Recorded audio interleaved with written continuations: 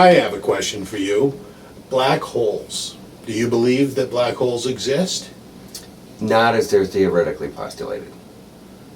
Again, it goes back to the premise, if they start with erroneous information that they can't identify the source for it, then you're coming up with theories based on conjecture that don't have any provable to us. We can't see a black hole, we can't travel to a black hole, we'll never prove an experiment one way or the other. So this is all theoretical, and whereas I think a lot of that leads to new understanding, if you take it as concrete, as something that actually is, which I think a lot of people do, you know, that their understanding of what a black hole is, the singularity, the quantum singularity, where again, where all time, all space, all dimension cease to exist. So to me, that is exactly the expression of the quantum realm.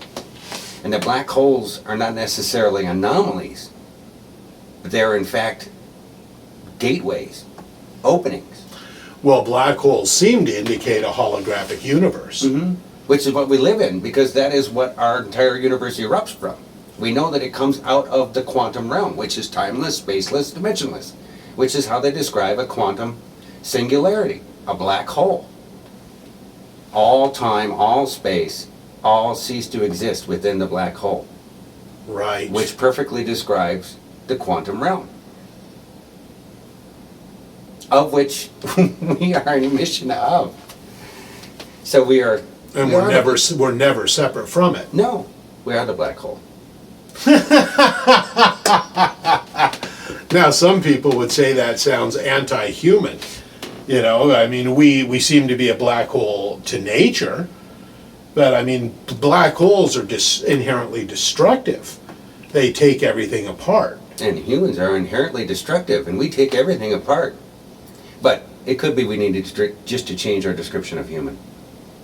Again, when you start from a premise that has flawed reasoning to it, and you just run with that, and all your theories come from that flawed reasoning, what if we change our description of what it means to be a human?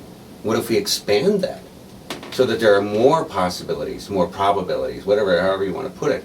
But now we've got a whole new category of what it means to actually exist, not just as a human, and not as a separate entity, not as a separate being, but part of all that is. Right, part of a whole. Yeah. So there is no separate identification of human, although the aspect shows up, it is not differentiated from the whole.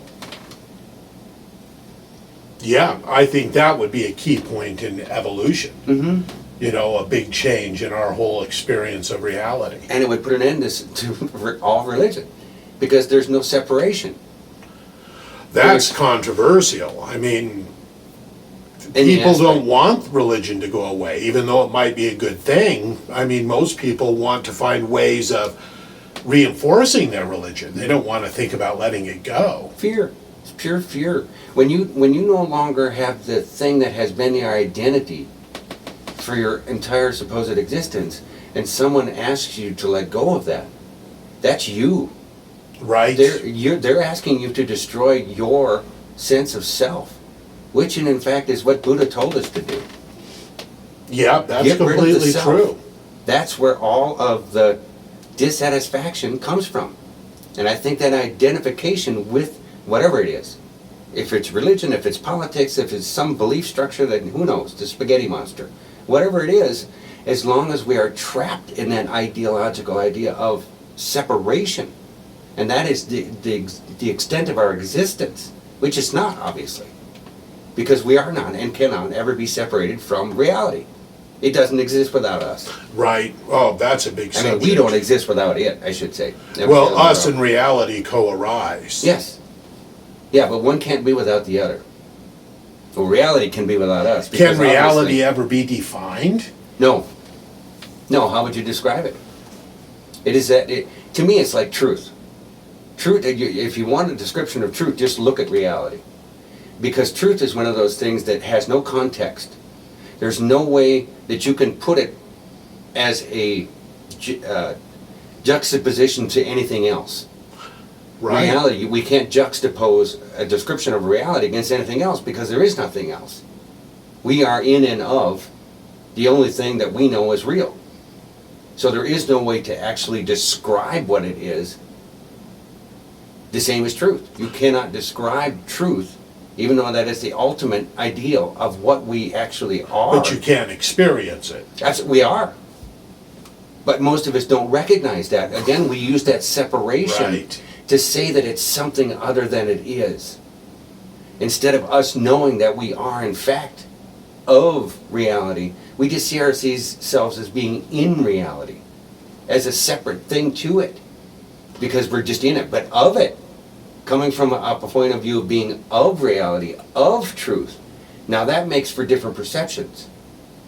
When you see that you are not, in fact, ever separate, and you Right. cannot ever be separate. Otherwise, there'd be no you. The whole That's idea.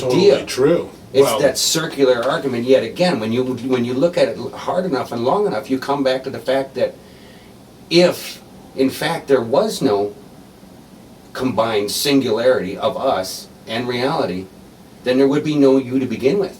You could not exist. You are dependent on it. And you're not only dependent on it, you are of it. you are of it, whatever it is. And it has no separate structure whatsoever.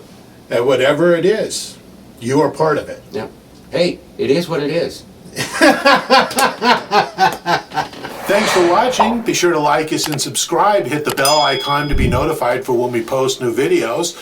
We really would encourage you to ask any questions that you have. We would love to answer them and address them in any way possible. And we will talk to you soon. And remember, stay focused on the question.